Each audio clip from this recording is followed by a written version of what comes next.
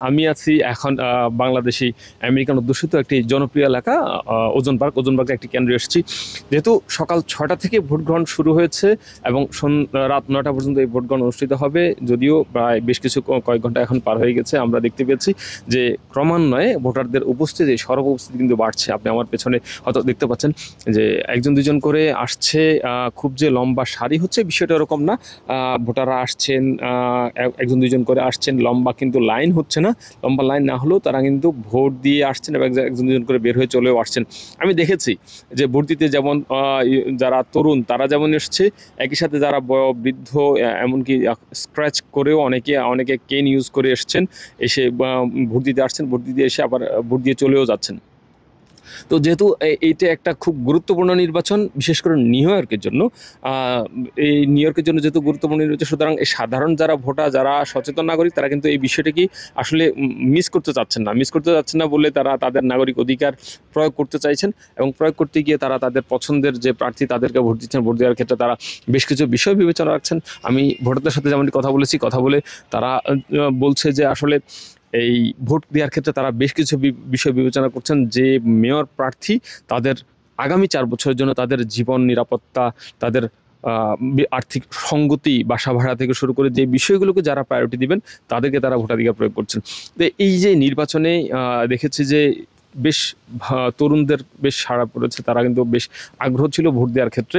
আমরা আর্লি নির্বাচনও দেখলাম যে আর্লি ভোটও দেখেছি যে সেখানে প্রচুর সংখ্যক তরুণ ভোটাররা কিন্তু ভোটাধিকার প্রয়োগ করছেন। যেহেতু নিউ ইয়র্কে দেশের সর্বোচ্চ আর্লি ভোটের রেকর্ড এবার হয়েছে, প্রায় 735,000 বেশি ভোটার ভোটাধিকার প্রয়োগ করেছেন।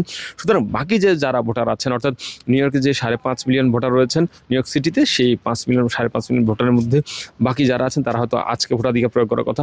আমরা দেখেছি বিগত নির্বাচনগুলোতে, এর আগেও সেখানে দেখেছি যে 20 থেকে 30% ভোটাধিকার প্রয়োগ হতে দেখেছি। তবে এবার নিশ্চয়ই এবার তার ভোটাধিকার প্রয়োগ হার অনেক বাড়বে, যেহেতু আর্লি ভোটে প্রায় 15%-এর বেশি ভোটাধিকার প্রয়োগ হয়ে গেছে। এবং আমি আজকে সকাল থেকে দেখেছি যে ভোটাররা আস্তে আস্তে একজন দুজন করে আসছেন। আর সবচেয়ে আরেকটি উল্লেখযোগ্য বিষয় যদি আপনাকে বলি, যে এই নির্বাচনে বিশেষ করে আমরা দেখেছি যে বাংলাদেশি আমেরিকান তাদের ভোটে অংশগ্রহণ কিন্তু ক্রমান্বয়ে বাড়ছে। আগে আমরা যেটা দেখতাম যে তারা খুব বেশি আগ্রহ থাকতো না ভোট দেওয়ার ক্ষেত্রে। তবে এখানে আমি বিশেষ করে যেহেতু এই এলাকাটিতে ওজন পার্কে এই এলাকাটাতে প্রচুর বাংলাদেশি আমেরিকান বসবাস করেন, তাদের দেখেছি তাদের সন্তানদেরকে নিয়ে, পরিবার বয়োজ্যেষ্ঠদেরকে নিয়ে তারা এসেছেন ভোটাধিকার প্রয়োগ করার জন্য।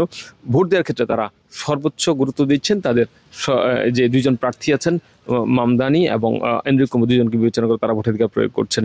আর এই যে বেলা গড়ানোর সাথে সাথে হয়তো আমরা আমাদের যে সহকর্মী তারা বিভিন্ন এলাকা থেকে তারা ভোটের যে সংবাদ সেটা দেওয়ার চেষ্টা করবেন, আমরাও আপনাদেরকে দেওয়ানোর চেষ্টা করব। যেহেতু ইতোমধ্যেই 12টা বেজেছে, 12টার বেশ কিছু সময় পার গেছে, সুতরাং এখনও কিন্তু ভোটাররা আসছেন। সুতরাং এই হারটি কিন্তু আস্তে আস্তে বাড়তে থাকবে ক্রমান্বয়ে, এবং বাড়ার সাথে সাথে আমরা বুঝতে পারবো যে কেমন পরিমাণ মানুষ ভোট দিচ্ছেন, এবং অর্থাৎ আজকের এই ভোটের উপর নির্ভর করবে কে হচ্ছেন আগামী 4 বছরের জন্য নিউ ইয়র্কের মেয়র। ততক্ষণ পর্যন্ত আমরা সেই খবর আপনাদেরকে জানাবো। ততক্ষণ পর্যন্ত টিভির সঙ্গে থাকুন। এখন পর্যন্ত এই ছিল আমার কাছে এখানকার সবশেষ তথ্য। নিউ ইয়র্ক থেকে সম্প্রচারিত TVN 24 টেলিভিশন, বিশ্বজুড়ে বাঙালির কণ্ঠস্বর।